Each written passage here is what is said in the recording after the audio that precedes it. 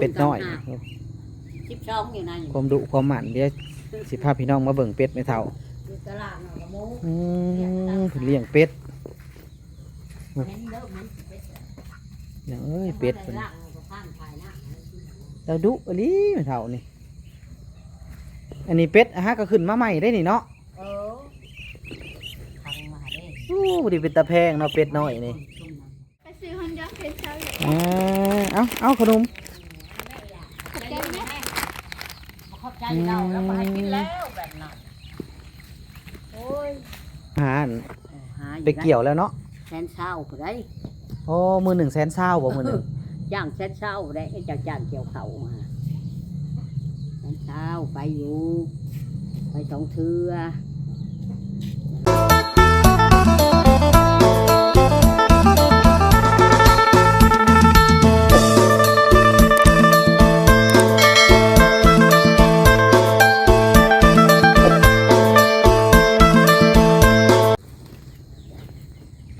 เปลี่ยนมุมกล้องกันไปหน่อยไก่เป็นเท่าจักโต้นี่ฮะ3 โตเลยแล้ว3 โต้นี่วะ6 โตซุ่มนี่เลี้ยงเป็ดน้อย12อยู่นั่นความดุความหมั่นเดี๋ยวสิพาพี่น้องมาเบิ่งเป็ดไม่เท่าอยู่ตลาดหนองละโมเลี้ยงเป็ดเห็นเด้อมันเป็ดอย่างเอ้ยเป็ด ล่างก็ข้างภายหน้า เราดุอันนี้ไม่เท่านี่อันนี้เป็ดฮะก็ขึ้นมาใหม่ได้นี่เนาะทางมาเด้ โอ้ดิเป็นตาแพงเนาะเป็ดน้อยนี่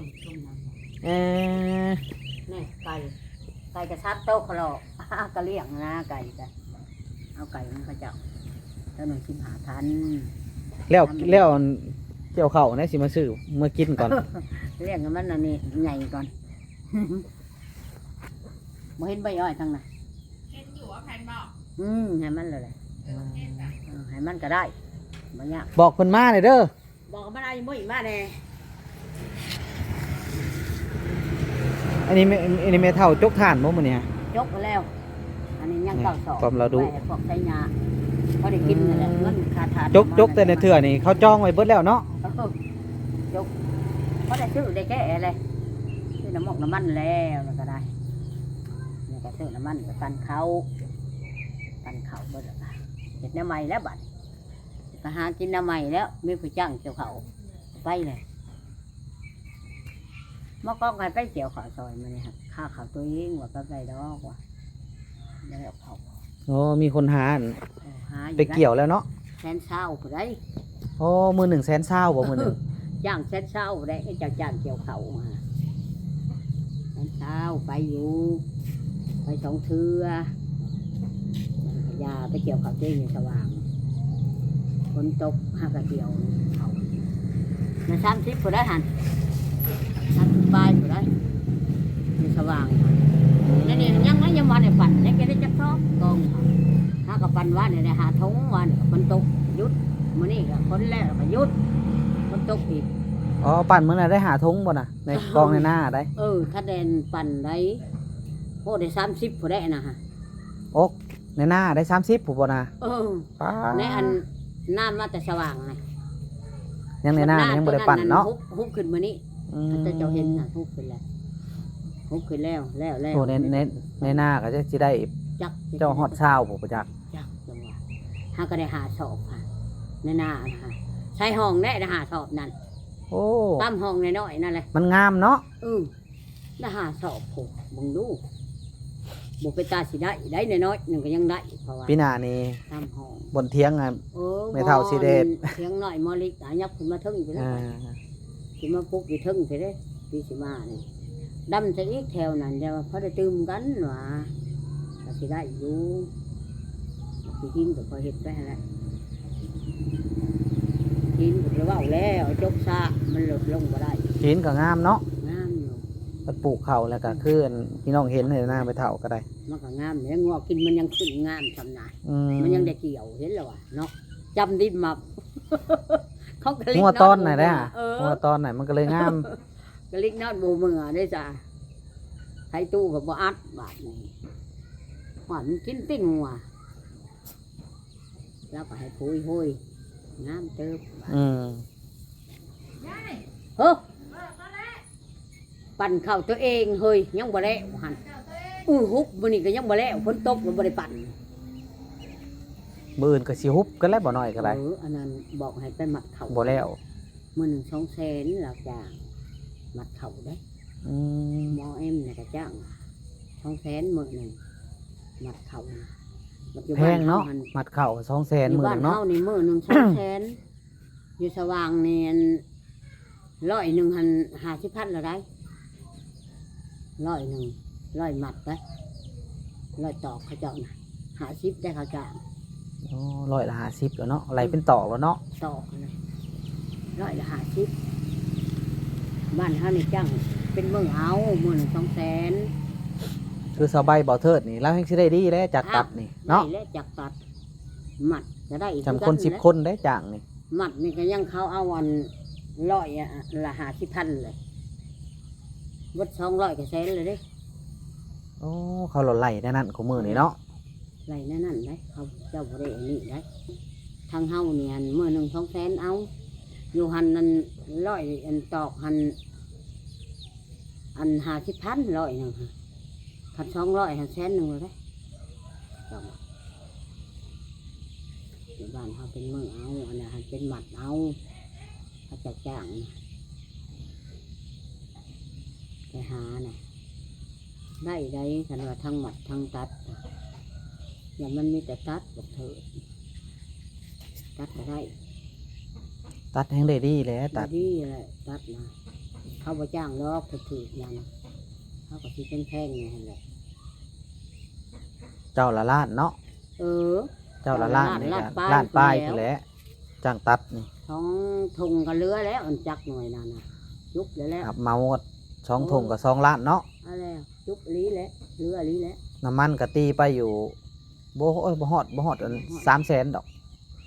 อย่าง 2ถุงอะนะ สองถุง ประมาณ2ล้านน่ะบ่ฮอด300,000ซื้อน้ำมัน นี่แหละ เพราะว่าเราดุบ่เถิดเราตัดตอนกลางคืนบ่ได้ อ้าวตัดเขากลางคืนนี่แหละกันแน่นอนมันเคยเห็นทางกลางคืนกลางเว้นมันเคยตัดเด้ตัดนำเขาปีแล้วนั่นหนูที่น้ำว่ายังกลางคืนกลางเว้นมันเมื่อคืน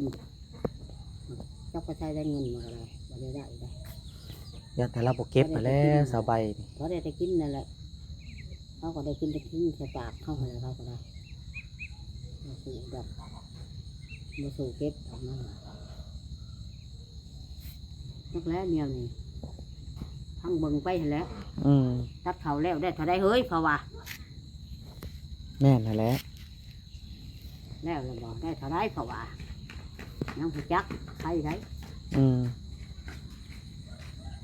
ได้ เอาเด้อ เท่าได้ขอบใจเลยนะแม่ลูกขอบใจเด้อเห็นไว้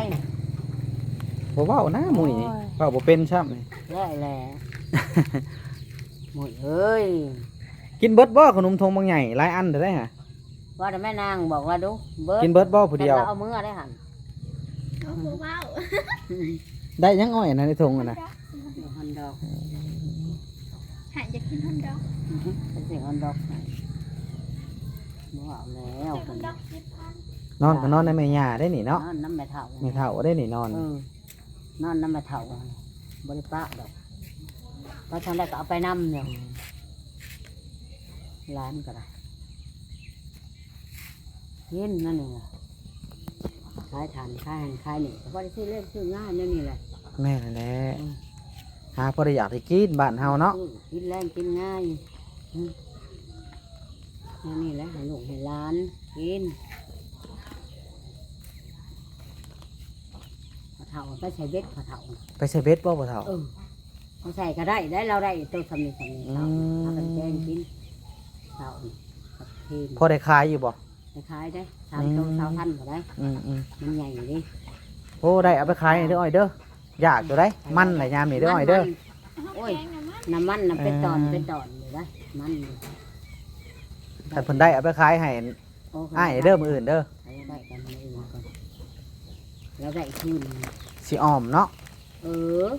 ก บมันพี่น้องเอ้ยยาม แกง นี่ บวบนะนี่บวบนะ เผาแล้วอ้อมเลยเนาะ ใส่ข้าวใส่ข้าวขั่ว ใส่ ใส่ กระมะเขือ หอม เมื่อนี่ก็แกง2เขือใส่มะเขือ จะแกงใส่มะเขือก่อน กินมึงดูขนมห่ะแกะมึงดูแกะเป็นบ่ขนม แกะได้ล่ะแกะเป็นบ่ แกะมึงดู บ่หันแกะบ่แกะได้ไหมลูก แกะมันนี่แกะมาปั้นได้ไหม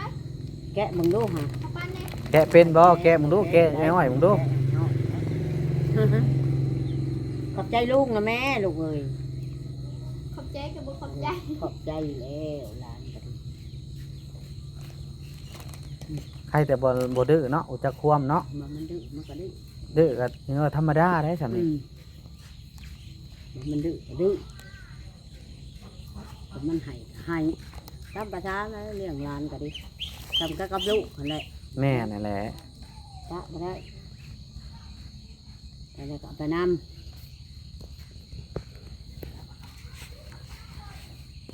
ทำเลยนี่มัน6 โมงไปหรือเปล่า 6 โมงแล้วตอนนี้อาจสิ6 โมงแล้วโอ้ฝนก็สิตกอีกบ่มื้อแรงนี่เนาะ มืดมาเลย แรงมาเรื่องบ่อื่นอะไรเนี่ยมืดอีเลยนี่เข้ากล้องไอ้เนี่ยน้ำมันอะไร ฝนห้ำบ่เข้าก็ได้ โอ้ยห้ำเลยถ้า คือกัน เข่า เปียกกินเบิดเล คุ ย กเข่า เออ คนห้ำเลย ว่านนี่ปั่นก็มันแข็งแข็ง เปียกเอาเปียกเด้อ มื้ออื่นจังสิฮุบตอนเช้าบ่น้อยก็ได้ โอ้โหจะเศร้าแล้วมันจังบ่นี่มันจังทัน มันสิแห้งบ่มื้ออื่นเช้าฮกอัน แก่แหละอยู่ คันโมเมนต์ตอนเที่ยงบัดพ้นตกดีขนาดเนาะ เออตกไปเลยตกคำเจ้าเพื่องห้ำเข่าอันนี้แล้วนี่เข่า11นี่ตัวแก่ตัวบ่แก่แล้วหันเดี๋ยวเบิ่งรู้ดำน้ำหลังกระดับมันแห้งตื่นเลย แม่นแหละ มันตื่นแล้วพวกดำน้ำหลังนี่ได้เข่าจนพอโอ้ยมันแห้งมาแล้วมันจะเขาได้เดียวจะเห็นตรงนี้ว่าได้ไหมอีหลาแกะดูแกะเป็นบ่ แกะมาปั่นนะเว้ย อันนี้สิแกะ เพิ่นสิแกะแล้วได้ฮะ อ๋อเนาะแกะน่ะใส่ดิเป็นบ่แกะมึงดูอีหล่ะเราซื้อมาให้กินขอบใจเด้อลูกขอบใจแล้วนะแม่ลูกโอ้ยหลานเอ้ยอันเดียวแกะเลยกูแกะเลยทิม มื้อนี้วันศุกร์เด้อมื้อนี้เนาะมื้ออื่นวันเสาร์ถ้ามื้อวันอาทิตย์ก่อนสิไปหาก่อนไปหาอัน ไปหาจอบคนเจ๊ หาจอบมันเข้าบ่เทิดก่อนพี่น้องเอ้ยจังสิ ไปจอบบนแต่เศร้ายันว่าถึงมานอนเฮือนถึงบ่มานอนเฮือนก็หิวเห็นแต่เฮือนห้างเนี่ย กลัว เห็นแต่เฮือนห้างเลย เพิ่นบ่ เนี่ยมันมาอยู่หลาย แล้วเขาแล้วน้ำเพราะโอ้มาเนาะ แล้วเขาแค่แล้วหน้าแต่ยันมาอยู่ดอก เราไปเสือกกันนะหนีให้ไปเสือกกันเลย ยังไม่ได้อยู่แล้วส่วนหลายมีอยู่แต่บนป่าเขาเท่านั้น อืม คนนั้นจ้างคนนี้จ้างมันก็ไปเรื่อยๆบริเมื่อดอกแต่บนแวนย่ำเขามันก็ยังไปอยู่เรื่อยๆบอกเธอย่ำบนแดงแห้งคัก โอ้ยามบ่แดงนี่ก็ บนแดงแห้งบริยู บ่ได้อยู่เฮือนเลยยามบ่แดง โอ้ยแห้งแล้วย่ำบนแดงบริเห็นเพื่อนดำดอกย่ำเกี่ยวเขาเนี่ยย่ำบริเห็นย่ำบนแดงแห้งคักย่ำบนแดง3 มื้อมันก็ยังบ่มาใกล้เพื่อนเท่านึงตายอยู่ในนี่อยู่แต่ป่าแต่ดอนนอนอยู่คนคำนี้ใช้คล้ายอยู่หันนี่ใช้เป็นตะคล้ายอยู่หันมันแดงมันแห้งง่าย หมดแดงก็เดือนได้หมดแดงเดือน3บ่เดือน3เดือน เดือน 4 4เพื่อนหมดแดงเดือน1เดือน2นี่ยังดอกเดือน3เดือน4 เดือน3เดือน4เนาะ เออพวกมันแดงหามันแดงตอนนั้นคนแล้วมันก็บ่มีเวลายำอยู่เฮือดดอกยำนะทำยำนี่บ่ได้อยู่ดอกเนี่ยไป อืมเมียกับ พันกับยุวันแหละ โอ้ป้าเราแห่งป้าผัวเราบ่ได้ ทั้งเป้าพัวบ่ได้ทั้งบ่พากันมาไปเรื่อยๆไปนอนทงนี่ได้เฮ้ยเพราะว่านอนเที่ยงน่ะเห็ดกินอยู่หันเพราะว่าเห็นว่าเราไปละเห็ดอยู่เห็ดกินอยู่หันแหละเพราะว่าบ่มานอนเงื่อนเลยเพราะว่าไปเลย แม่ เด้ ถ้าอยากมา ให้แม่แก้ให้นะ ไม่เท่าแก่ให้นะ กินบ่เบิดดอกผู้เดียวนี่ฮะโอ้ยเอ้ยกินเบิด ปีกก็ได้ค่ะ กินเบิดนี่ก็บ่ใหญ่เลยนี่กินเบิดนี่ผู้เดียวนี่ ปีกไม่ได้เป็น ติดกับขา แซ่บได้ลูกให้ลูกกับลูกอันเฮาก็ยังหมักขนมมาเขาเอิ้นนี่ยังเกาะนี่โยโชบ่ อืม ข นมข้าวจี่ แม่นนะ กินขนมมันอิ่มคือข้าว เวลาไปแล้วบ่บัดนี้ไปแล้วบัดนี้ เอ้า บ่ได้ พี่น้องเอ้ย บกเลย จักสิว่าอะไรเนาะทางเมืองวันทิศบ่น้อยก็สิไปหากับซอแหล่ ไปส่องไปเยี่ยมเบิ่ สิ ง ได้ไปจอบเพิ่นวันทิศ มีเวลาแต่วันทิศ เขาติดเลยเขา ยากเข้า เนาะ บ่น้อยก็ยังเขายังบ่แล้วเกี่ยว เกี่ยวน้ำย่ำนี่ไปหาไปบ่ได้แล้วบัดนี้แล้วเขาแล้วน้ำอันนี้ แล้วเขาแล้วน้ำถึงสิไปพึกไปส่วนเพิ่นห้องพองห้องเพลงก่อน ไปเยี่ยมเยี่ยมเบิ่ง อา เนาะ จารย์เพิ่นก็ถักมาหาอยู่ตลอดอยู่ ไปแล้วบ่ แม่ ว่าแล้วเนาะ ถักมาหากับ มีเวลาแหละ อย่าคุยจักเด้ว่า แม่ เนาะ พอมันเวลามันเดือน12ไงเด้ เดือน12ก็สิได้กะเกียมลงมานะ เออ เดือน12นี่ ผมจะไปเยี่ยมนี่แหละได้บ่ได้ก็อย่าคุยจักแล้วเพิ่นก็ได้ เสาใบเนี่ยมันสิได้อยู่ดอกสบายให้เพิ่นพังอยู่เพลงมื้อนะ เออแต่ว่าบ่ได้เข้ามานะบ่เข้าบ้านเข้าเมืองอะไร เอ้าพี่น้องเอ้ยคลิปนี้ก็ขอจบกับพี่น้องเอ้ยคลิปนี้ก็ได้ขอบใจพี่น้องเด้อผู้ที่เข้ามารับชมก็ขอให้อยู่ดีมีแห้งร่ำรวยเด้อสุขภาพเข้มแข็งสำหรับคลิปนี้บ่น้อยก็สิขอจบกับพี่น้องเอ้ยคือเก่าเลยพี่น้องเอ้ยคลิปนี้ก็ได้บ่น้อยก็มาหาทางแม่ย่าเสาใบเพิ่นนี่ก็ได้มาถามข่าวว่าเพิ่นไปเกี่ยวข้าวอยู่จุดใดเพราะว่าแม่ย่าเพิ่นสิฮู้ดี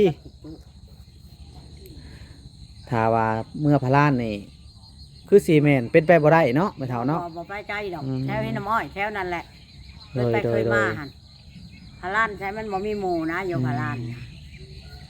พี่น้องเอ้ยคลิปนี้ก็ได้ขอจบพี่น้องเอ้ยก็ฝากพี่น้องกดไลค์กดแชร์กดติดตามช่องบ่น้อยบ้านนาคือเก่าอะไรพี่น้องเอ้ยสำหรับคลิปนี้ก็ได้